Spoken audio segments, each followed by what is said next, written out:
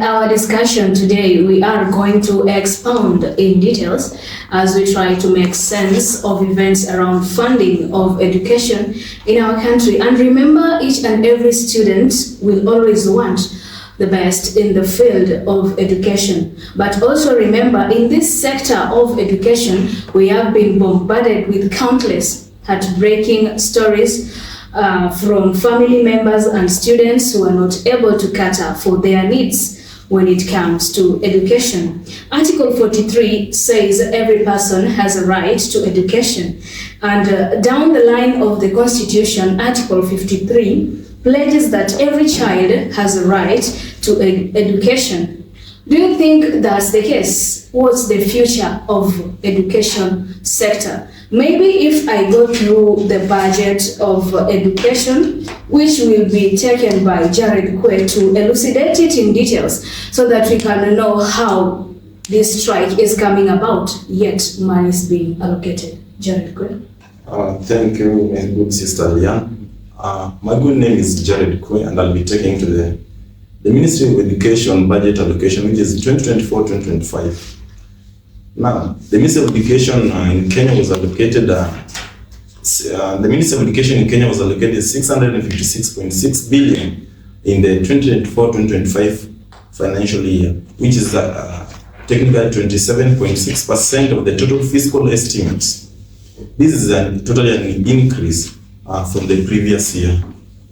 Let me read on the key areas funded in the FY 2024-2025 budget so that we can get the actual returns.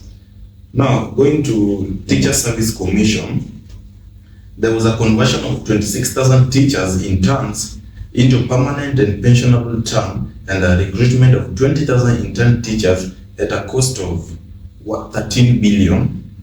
Implementation of the second phase of the 2021-2025 CBA at shillings 13 billion.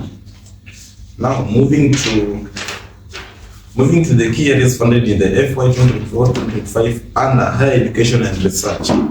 Held loan for government-sponsored student and bursaries in university and TVET at cash 25.5 billion. New funding model at shillings 15.95 billion. Moving to basic education, there was a free primary education at 10.3 billion, junior secondary school capitation at 25.5 million, free day secondary school education at 65.3 billion, school feeding program at 4.9 billion, and last but not least, school examination and invigilation at 5.0 billion, and lastly, infrastructure development in junior secondary school at 3.4 billion. Over to you, Chair.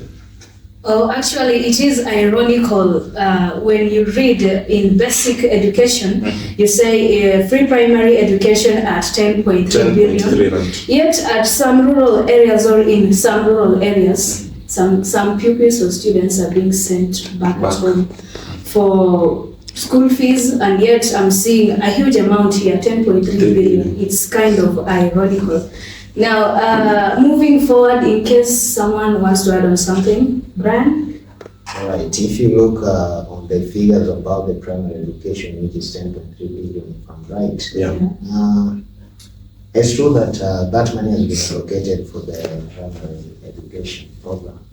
But I'll tell you for a fact, because this is something that started not on this era, but even on the era of the former president, Uhuru Kenyatta. So on the same time, I used to have a neighbor who is a parent to a child who was in primary during those times. And what she used to tell me is that during that time, the children were needed to pay some money. And this money even included the money for examination in primary. So there are some basic things that are always done in primary, which include education. You know, their exams are not being processed internally. There are things which some school go and buy exams outside. So some cases you will get that this money has been allocated, but students are still being sent home. Yeah. Actually, this is a free primary education, which is 10.3 billion. Is it in terms of education only or development of the school? Because you find that students are also sent home to go and bring some money for the development of school. What can you say about that? To add on to answer on your question, I believe in every public primary school, no student should be sent back home for any reason, because from the basic education we get that the school examination and invigilation was allocated 5.0 billion. The same case on free primary education, it was also allocated 10.3 billion. So there is no place that any people from primary education should be sent home because of any reason or whatsoever. So that is totally unfair for the students who are going back at home in the name of bringing school fees. Yeah, and then lastly, maybe to add on a slight note that you asked about the infrastructure. Is it exclusive money which is being provided for the infrastructure in primary? But I'll tell you that even in those primary schools, there are funds which come from CDF offices which are going for funding the building of the classrooms, building of the infrastructure in general. So it's not these money that is 10.3 billion only, but there's also another money that comes from CDF office. Yeah. Okay, apart from CDF offices, I believe also parents are usually called upon for fundraising. Yeah. Okay, moving forward. And speaking of the same, I will focus on universities, the TVETs, and the colleges. According to the new funding model, the government told us that they are giving students from public universities funding models such as upkeep. According to the new funding model, we are being given upkeep, okay? But from the point of view, you find that students from TVETs, colleges such as Kent, they're not receiving what we call upkeep. I don't know what is the problem according to that. I don't know whether there's somebody who has an opinion according to that, so that you or she can explain them. Okay, we can't definitely say that they are not receiving upkeep. That's true. We can't say, because personally or individually, each and every person can receive money based on how the person applied. Mm-hmm. So in terms of upkeep there, that is a case of an individual. I think Leanne, I'll tell you for a sure case that our friend of mine is in Kisumu Polytechnic, and during sometimes we happen to be together. So according to the information that they shared to me, is that they are receiving that money. The government is giving them upkeep money. Actually, if you listen to the president, actually, what the president used to say, you will hear president saying that they have invested much in education. And these terms, and these years, the financial year 2024-2025, if you compare the funding with the previous, you realize that the funds have increased with about 112 billion somewhere over there. So I'll tell you for a fact that my brother Zach, that they are receiving, unless otherwise for other institutions. Yeah, you know, one of my friends told me that since he started applying, he has not received, or he has never received what we call upkeep. That's why I came up with that point.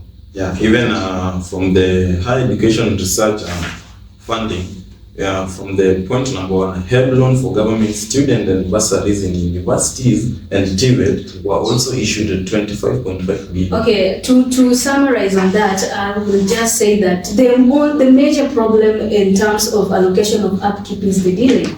They delay. So when they delay, some may speculate that they will not receive. That is what I can say.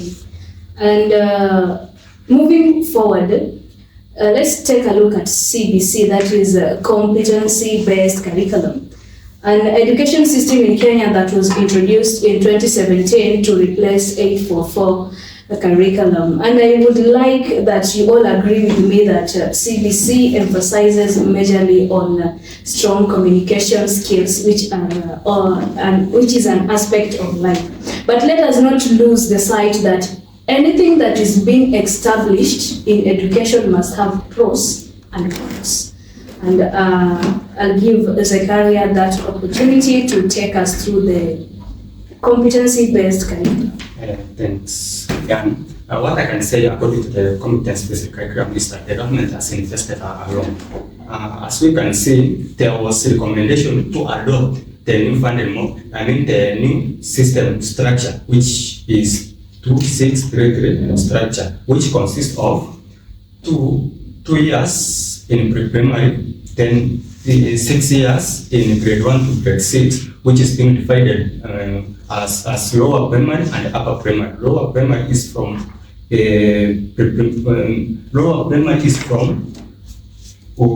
1 to year 3, while upper primary consists of grade 4 to grade 6. Then we have 3 years in junior secondary, which a student must start from grade 7 to grade 9. Again, from grade 7 to grade 9, a student must take 9 subjects. Then 3 years in what we call senior secondary. Senior secondary is from grade 10 to grade 12, where a student must take a maximum of 7 subjects. So I want to focus on what we call senior secondary, so that we can tackle that thing which has sparkled many reactions in social media. Of course, in tertiary education, a student must capture what all must study for the maximum of 3 years. Then it is what we call CPC career pathway, which will take in 3 ways. Of course, here we know that total marks must be 100. But here in career pathway, it is being divided into 3 ways, whereby there's these things which we call STEM. STEM consists of what we call science, technology, and mathematics. Okay? Then the government said that the sciences is being divided into 2. We have what we call pure science and applied science. Then next we have what we call technology and engineering. These will be tackled. Then we have what we call social sciences. Social sciences, it contains of humanities, business studies, language and literature, of course. Then we have what we call arts, sports and sciences. Arts, sports and sciences, it include performing arts, sports and visual arts. Then we know that arts and the sports science consist of 20% of total marks, which is being awarded to the student. Then STEM, which is science, technology, and mathematics, contain what we call 60 marks. Then science, which we call social science, it contains 20% of those marks. Then, according to the way the government divided this, it means that all national schools must offer STEM subject. As I said earlier, STEM subject contain of mathematics and science, engineering. So all national schools must offer what they call STEM courses. And the reason behind why all national schools were being offered STEM subject is because they have what they call a well-equipped infrastructures. Then extra county schools were being given what we call creative arts and sports. It means that all extra county schools will have what we call creative arts and sports. Then all county and sub-county schools to offer what we call humanities. Then by December this year, all teachers to be deployed on according to the subject combination. Then the issue come: what are STEM subjects and what STEM subject contain? Then it contain what we call biology, binomial science, or biomedical sciences, chemistry, civil engineering, then electrical engineering, where creative arts and sports contain music, drama, dance, narrative, and what we call film. Then humanities contain what we call history, geography, religious education, life skills, and business studies. That's what I have. Okay, we were majorly focusing on the pros and cons in CBC. That is, we need to elucidate. We want to see if this CBC is imperative to our young upcoming students. So I'll give you one of us that chance to elucidate it in details. Do you have something to say, Brian? Then I think we need first to hear from one of the parents what is saying or what she's saying about the CBC before maybe we can make our own overview. Yeah. So we will have a phone call. But meanwhile, as this parent picks the phone, what you can say about CBC is that there are a lot of pros, and something which is new, which are not here. Sometimes it comes with a lot of problems, and one of the problems which is there is there are a lot of things which involve the practical work during their course study or during their time in school. And one of the things you get that they're being told is that they're being told to carry some of the things. Because there was a day I really laughed about it when a certain child was told that they should take with them chapatis to school. I was asking myself,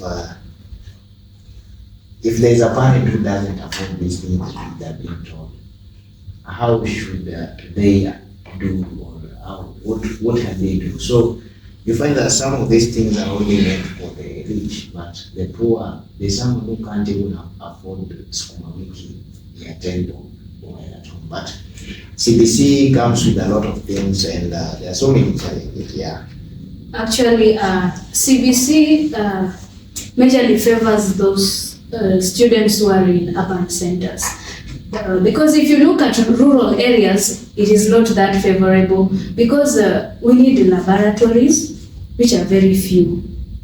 And also the teachers also must be paid. And I'm seeing here, based on the budget Jared read, infrastructure development in junior secondary school, which was 3.4 billion. But I'm here wondering, why are some schools not having laboratories? And why are some schools having poor infrastructure? All right, development? yeah, just so this parent on phone call. Let's hear what the parent has. Hello, my name is Brian Obiango from Much Media. Who am I speaking to?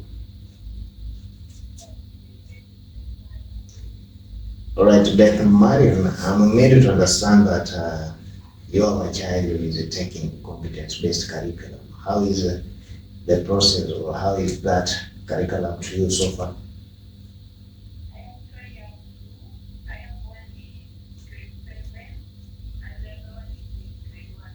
Okay. So far, the learning is good, but the problem, the expenses as compared to the 844 system, like we're using a lot of money as compared to the previous system, because it's more of practical than theory. all right. So maybe to ask, what are some of the things which involve the practical aspect that you as a parent you find it difficult to afford? Sorry? What are the practical aspects that require materials that you as a parent you find it difficult to afford? Like we're supposed to look for plastic materials required for them to make items in school. There are items that are so expensive, the water thing. Okay. You know, in the 844 system, we're used to simple stationery like mathematical pens, pencils, erasers, yeah. Yeah. So in a month as a parent, how much do you spend in buying such stuff? Okay, I can't approximate, but since there are two, in fact, the younger one is more expensive than the older one. Okay. Because they require a lot of things. But okay, the fee is also high.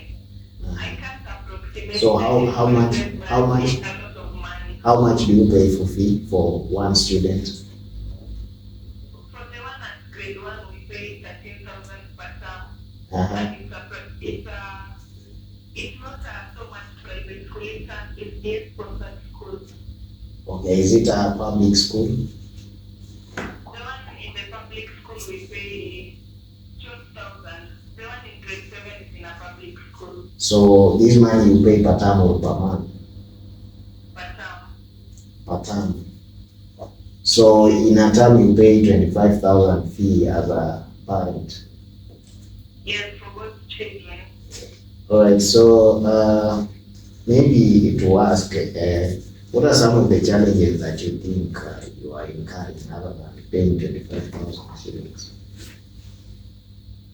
Okay, the challenges also come when you want to teach your child the assignments. Like, I don't know, as a 7 students learning about acid, bases, and salts, like I find it sharing their mind because those are things we used to learn in high school. Okay. And I can't help them with their assignments at times. So I think those are the challenges. And then lastly, because now you're paying 25,000, what is your approximation of income that you get in?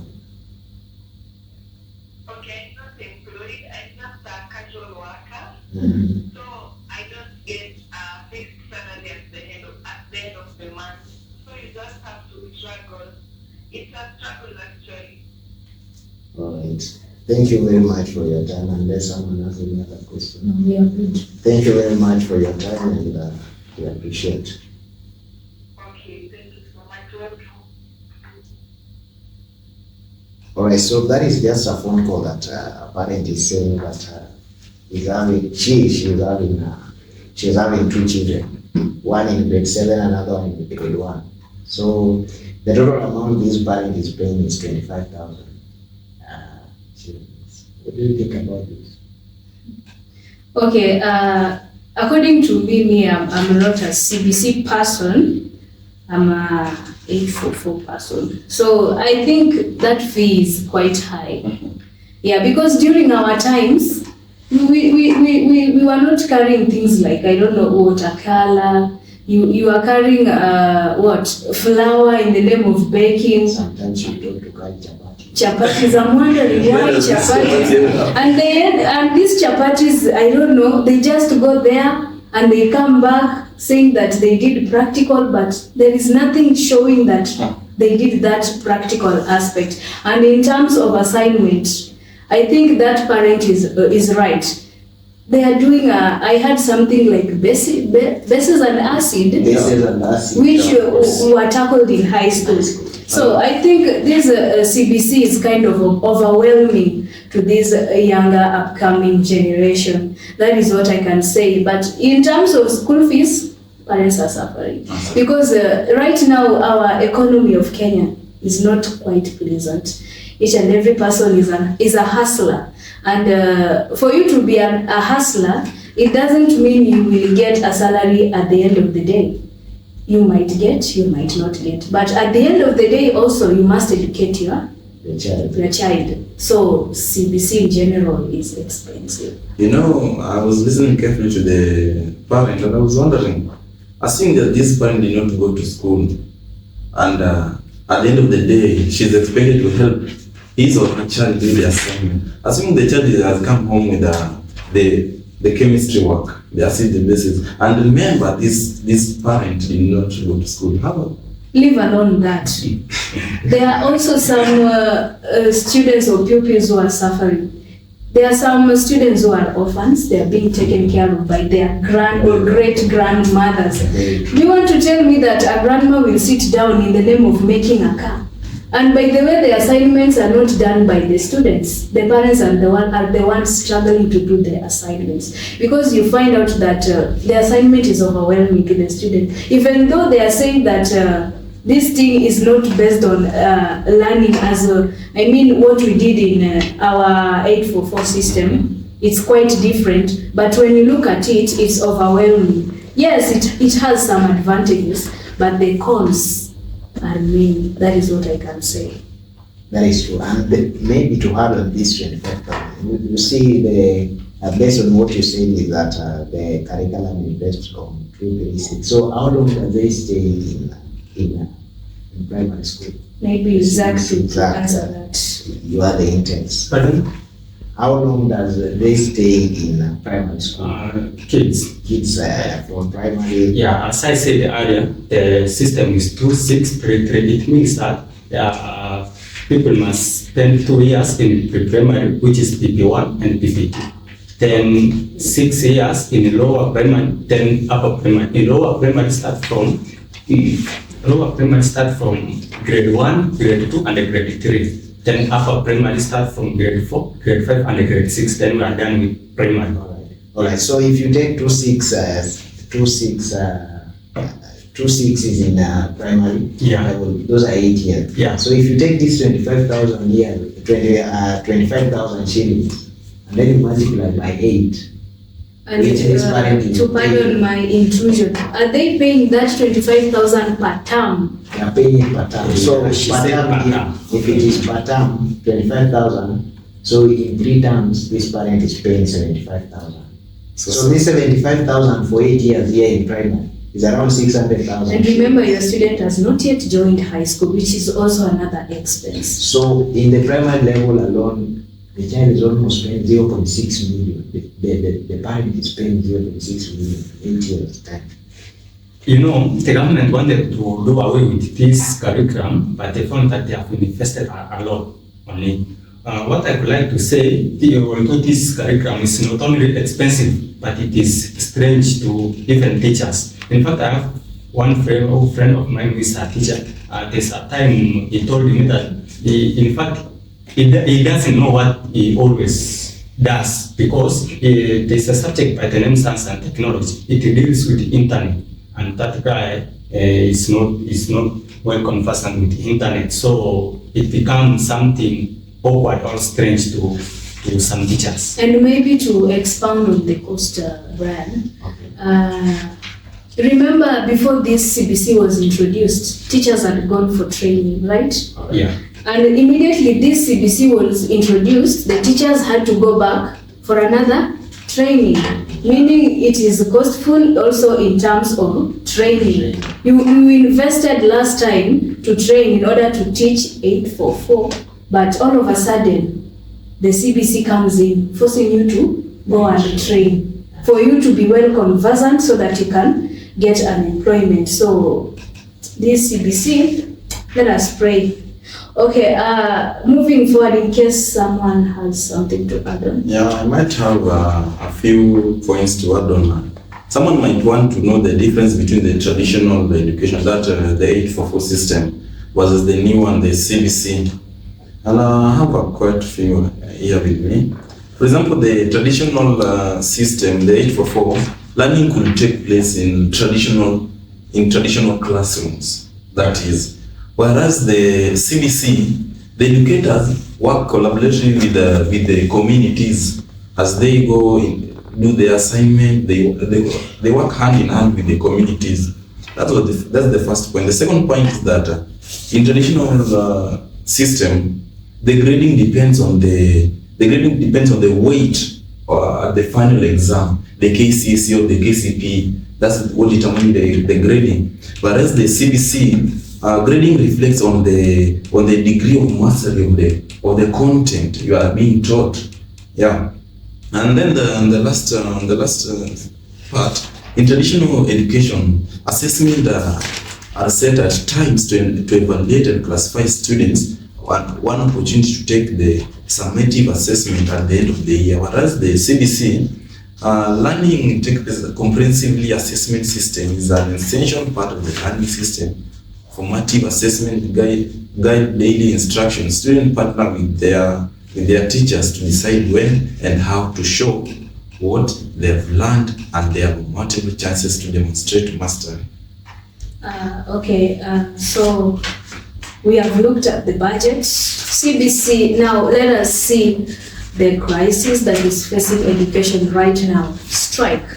Now, before we go into details, I remember vividly Jared reading to us the budget allocated to the Ministry of Education, but it is quite ironical to see strike, to see lecturers on strike. On 26th of August also, Kupet and NAT were also on strike.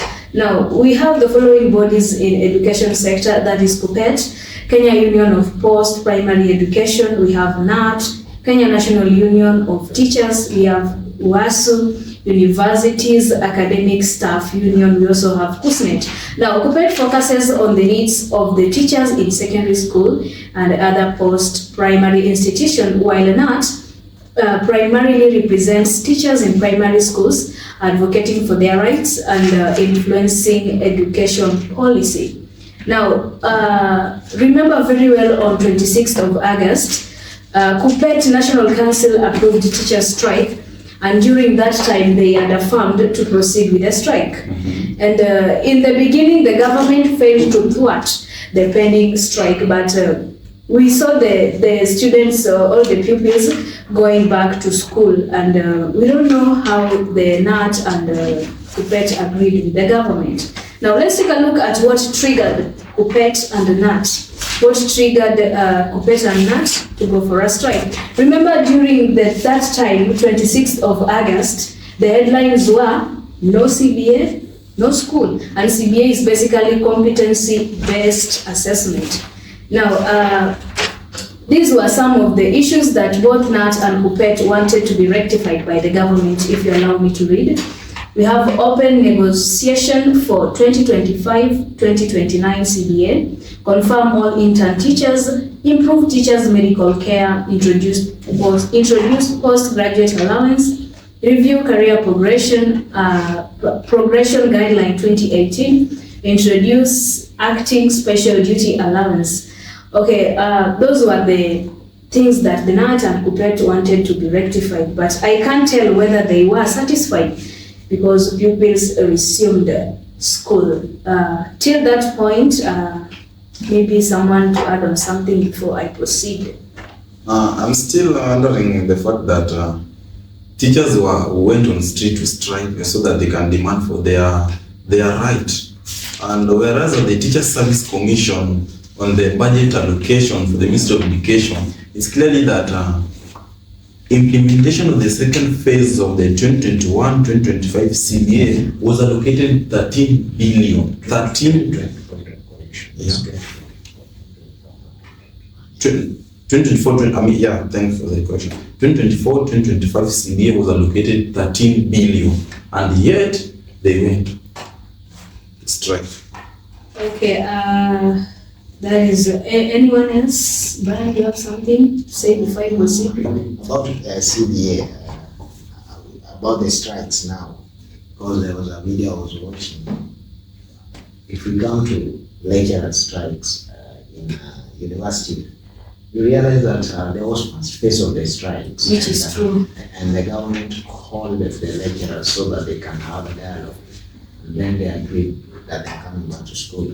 But what I'm asking myself is that what was the agreement before they came? Is there a possibility that there's someone who did go by the promises that they agreed, or someone didn't abide by the agreement that happened between the lecturers and the government?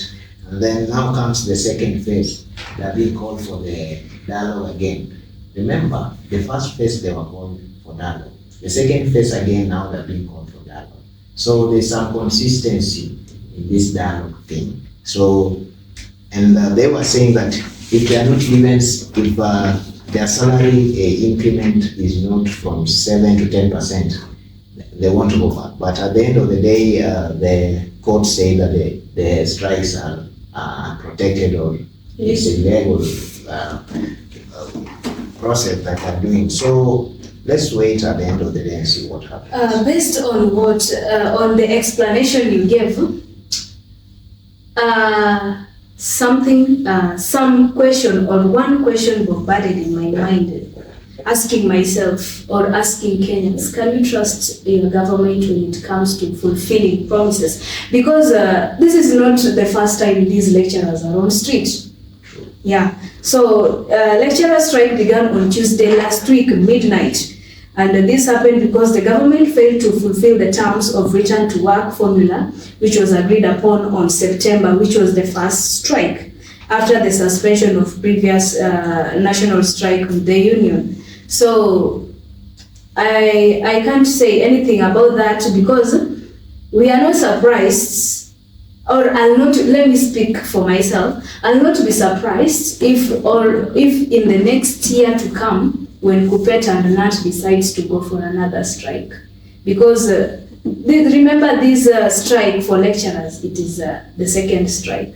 There was the first strike, first phase, which was not fulfilled. That's why they are back on the streets. And remember, the lecturers were told not to go back to work if they have not received payment, and this payment should reflect in their bank account. So that's why we don't know the future of students who are learning in universities based on what is happening. Zach, do you have any? Yeah, I would like to add something on concerning Kuppet and NAT.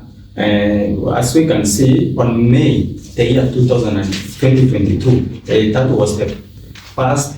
That's when the government, all NAT and Kuppet, hired first intern teachers to teach what they call junior secondaries, and they hired main teachers, but they were being told that they will be confirmed after 3 to 4 months. And in fact, they have waited for 2 to 3 years and they have not been confirmed. So, and according to the maybe to interrupt, you said which year? It was May the year 2022. 2022. Yeah. May, that was before election. Yeah, that was before election. All right. Yeah.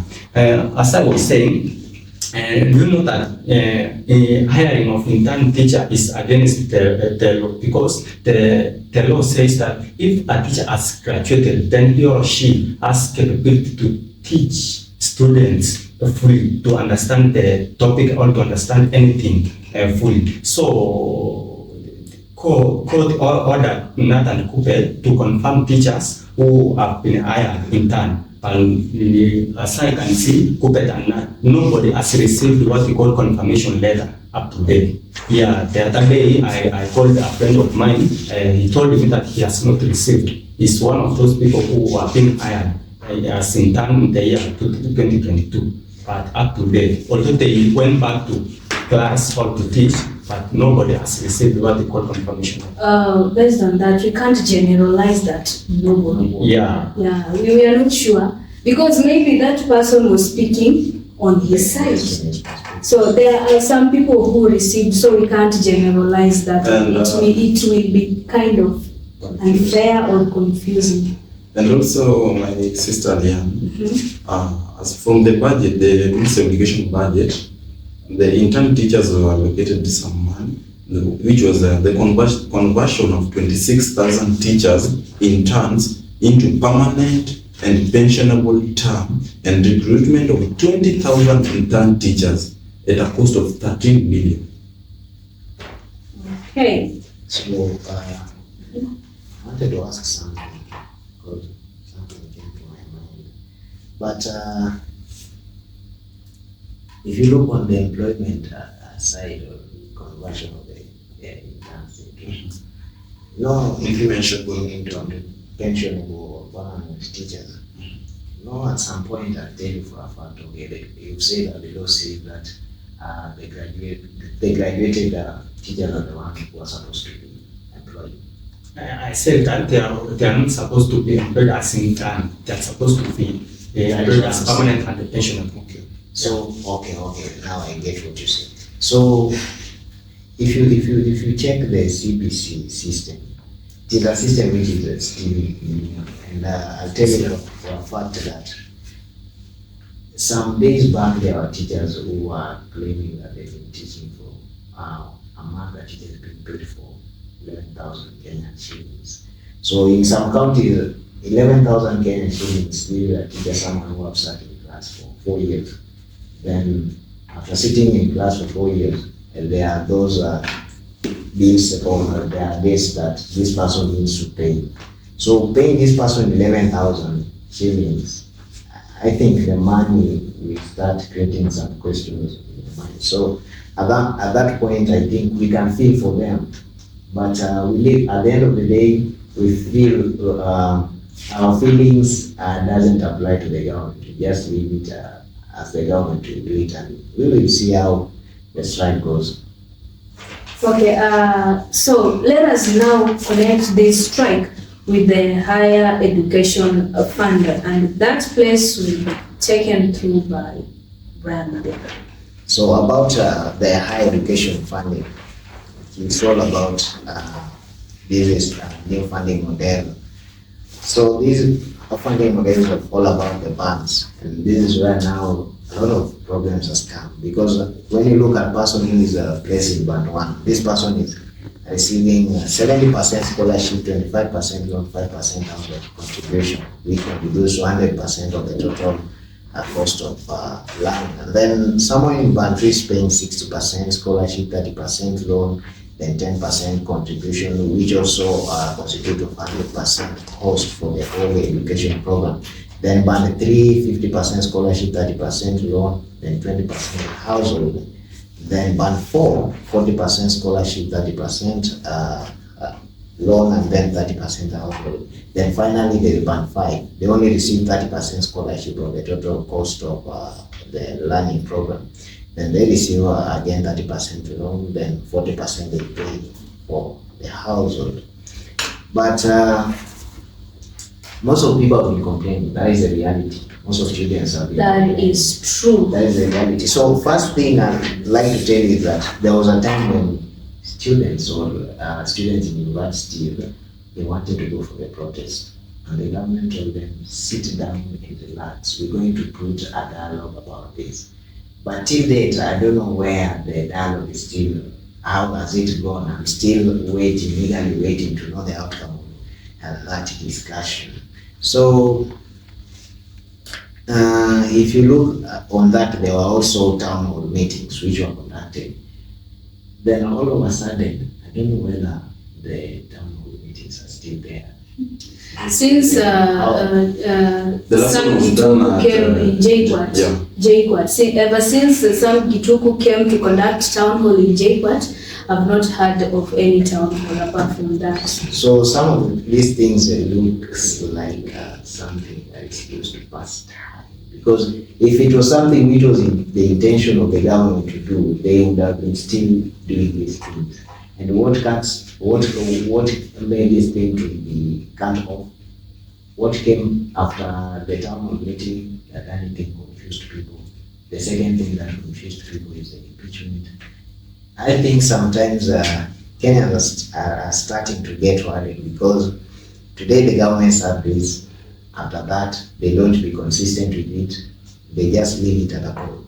But I would like to give someone else, if I'm calling a certain student, so that we can hear directly from the student what they are going through here. Okay, while you are still calling that student, remember when this new funding model was being introduced, students were against it. But it's ironical that the vice chancellors were in support. Yeah. And they said that the new funding model will solve the finance crisis in university. Yet lecturers are on strike. Still on strike, So I'm wondering, it is raising eyebrows. And I can remember very well also Senator Onyoka, Richard, Kisii Senator, came here. And Dr. Beatrice, PS of Higher Education, also was here.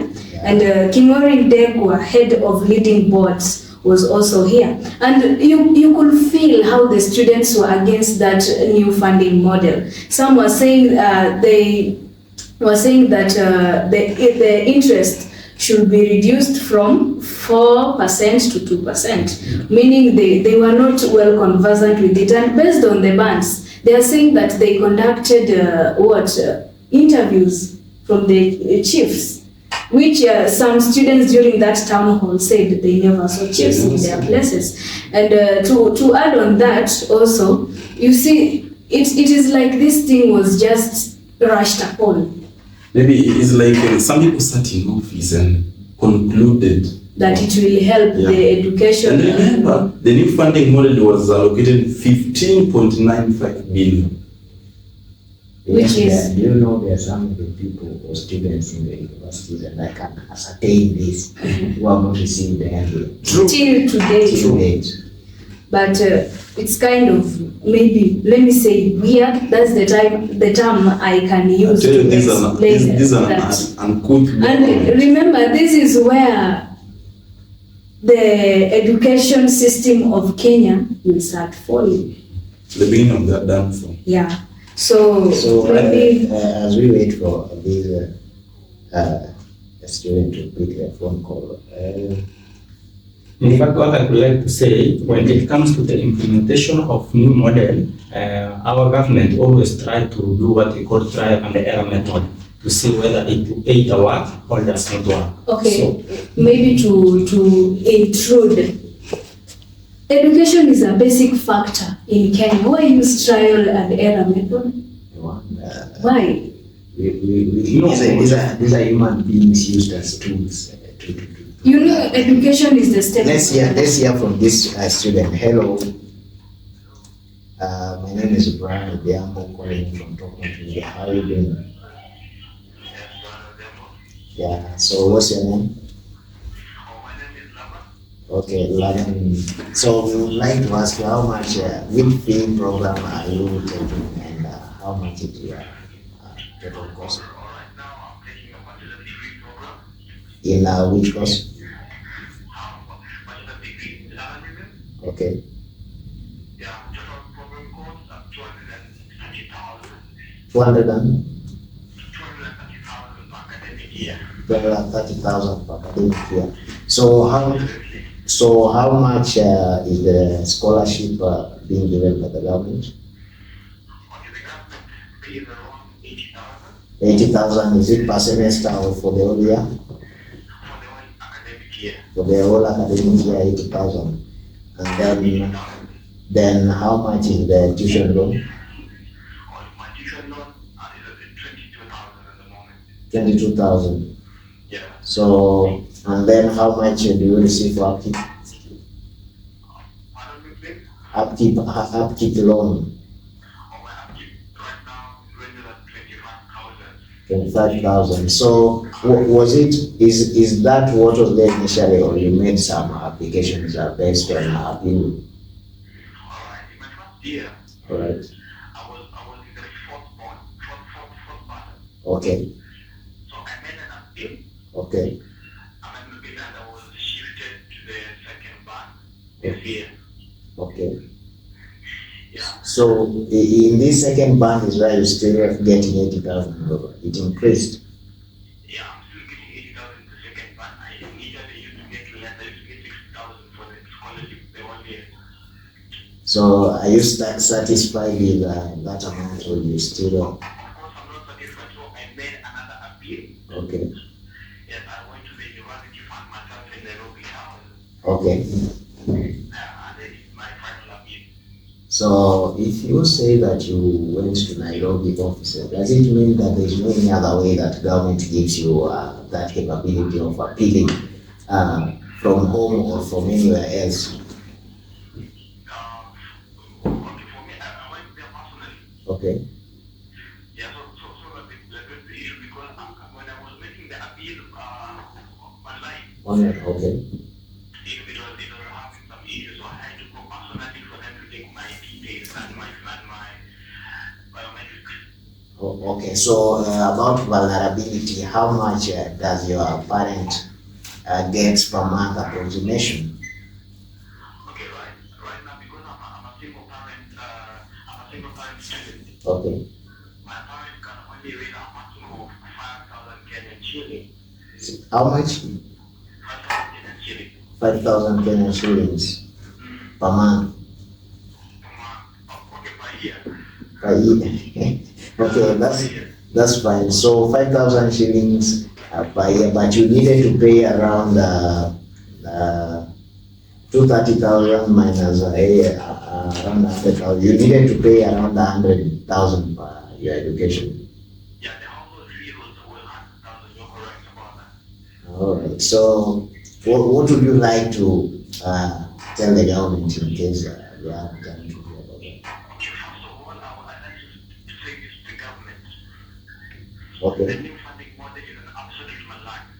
Okay. Instead of benefiting the students from the humble background, Okay. It only benefits only a few of them, while others who can raise such amount of fear. Okay. I was taken care of. For me, I asked the government to reconsider this plan Okay. and come up with a more defined structure of placing these students, because right now it's unfair, absolutely unfair. All right. So thank you for your time, and we appreciate it. You're welcome, brother. So if you hear on that student speaking, is that the parent is only making 5,000 shillings per month, but he's supposed to pay about 100,000 per year. So let's say in 10 months for this parent, the parent is making 30. If it is 5,000 per month, then the parent is getting around 60,000 per year. So 60,000, but the parent is supposed to pay 100,000. It's not working. Do you know? And you also have other needs that the parent needs to get up. What's And I funny? believe What's funny is that in this our government, the current government, things are just treated like emergency.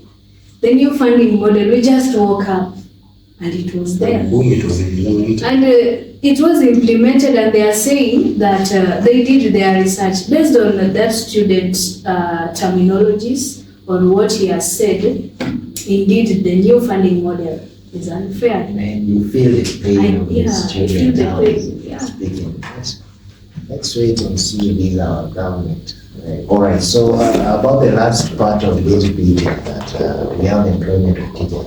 And when the former CS who just left the office before those of Lamba came to office, that was since mature. It was in their plan to have 113,000 teachers employed, but within 2 years. But after those 2 years, only 56,000 teachers were employed. So you ask yourself, the government tells you they will do this, but in turn they do what is totally different and diverges from what they say. So about employment of the teachers, I think there are other 26,000 teachers who are supposed to be converted. The entire teachers who are supposed to be given the job and terms of getting the job for the government. All right, so I'll leave it at that. Okay, time is not on our side, and we've elucidated all we wanted to do. Now, maybe if I wind up, in case someone has something to say, to add on. I mean, I think I have the last message that I would like to give out.